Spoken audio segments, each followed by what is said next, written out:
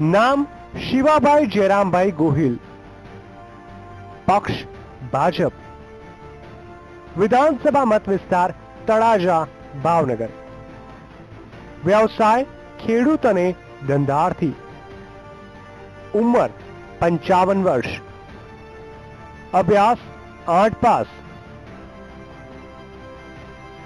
શિવાભાઈ ગોહિલ ભાજપના જૂના જોગી છે. વર્ષોથી પક્ષ સાથેની વફાદારી રૂપે તેમને ભાજપે વિધાનસભાની પેટા ચૂંટણીની ટિકિટ આપી અને તેમને આ બેઠક પર જીત હાંસલ કરીને કસોટી પર ખરા પણ ઉતર્યા.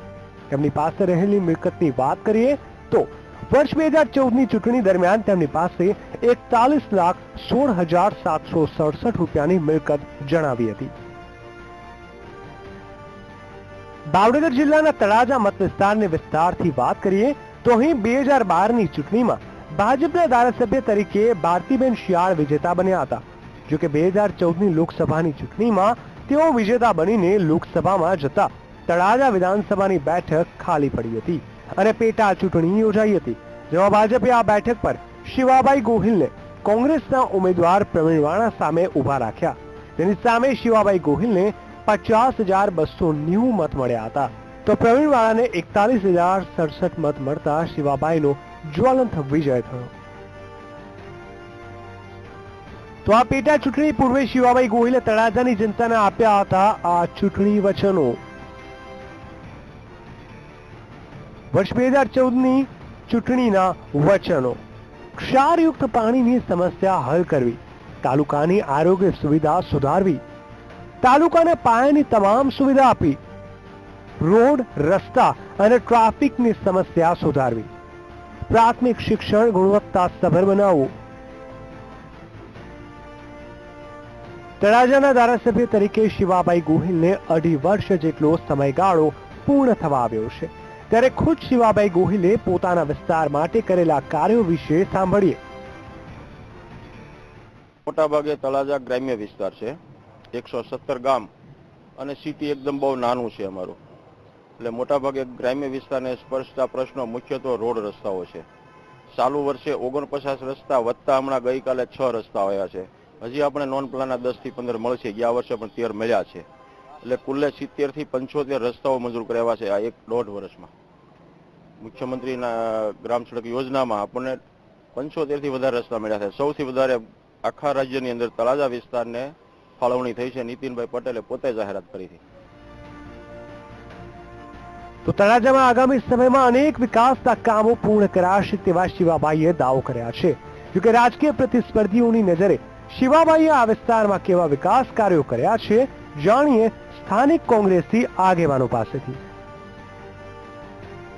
તળાજાની અંદર જો શેત્રુંજી ડેમમાંથી નિયમિત પાણી આપવામાં આવે તો 4 પાક લઈ શકે વર્ષની અંદર, અને તળાજાની અંદર ફાજલ જમીન જ્યાં પડી છે એની અંદર એગ્રીકલ્ચરને લગતી કોલેજ થઈ શકે, જીઆઈડીસી થઈ શકે, એવું ઘણા તે ઉજળા સંજોગો છે કે ઉદ્યોગોની ક્ષિતિજો તળાજા તાલુકો સર કરી શકે.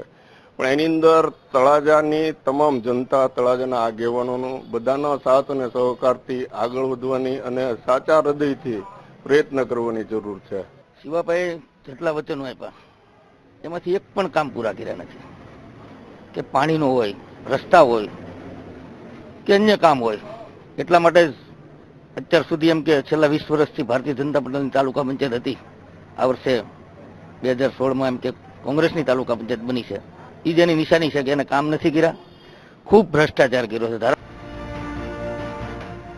તો આ ઉપરાંત લોકોનું કહેવું છે કે તળાજાના ઉદ્યોગકારો માટે અહીં જીઆઈડીસી હોવી જોઈએ, તાલુકા અને ગામડામાં આરોગ્ય સેવા સારી હોવી જોઈએ, તેમજ શેત્રુંજી ડેમનું વહી જતું પાણીને અટકાવવા સહિત અનેક પાયાના પ્રશ્નો પર ધ્યાન આપવું જોઈએ. શિવાભાઈ ગોહિલની કામગીરી પર તળાજાની આંશિક રીતે સંતુષ્ટ છે અને જનતાનું શું કહેવું છે હવે તે પણ સાંભળીએ. અમારી માંગણી એવી છે કે પહેલા તો તળાજા જેવા એક વિસ્તારમાં એક જીઆઈડીસી ની ખાસ કરીને જરૂરિયાત છે, પછી ખેડૂતો માટે એક તાલીમ કેન્દ્રની ખાસ જરૂરિયાત છે, પછી ખેડૂતોને એના પેદાશોના પોષણક્ષમ ભાવ મળી રહે એ માટે સરકાર દ્વારા એક પ્લેટફોર્મ ઊભું કરવામાં આવે, જેથી કરી અને બજાર ભાવ જાણી શકે અને એના જે પેદાશ છે એના એને પોષણક્ષમ ભાવ મળી શકે. આવી મારી ખાસ એક કિસાન મોરચાના પ્રમુખ તરીકે લાગણી છે. તળાજામાં અમારા એક આયુર્વેદિક મોટી હોસ્પિટલ છે, બહુ મોટી, પણ આ એક પણ ડૉક્ટર પણ નથી અને કોઈ પણ સ્ટાફ પણ નથી. સ્ટાફને અભાવે આયુર્વેદિક હોસ્પિટલ અહીં સાવ પડી ભાંગી છે.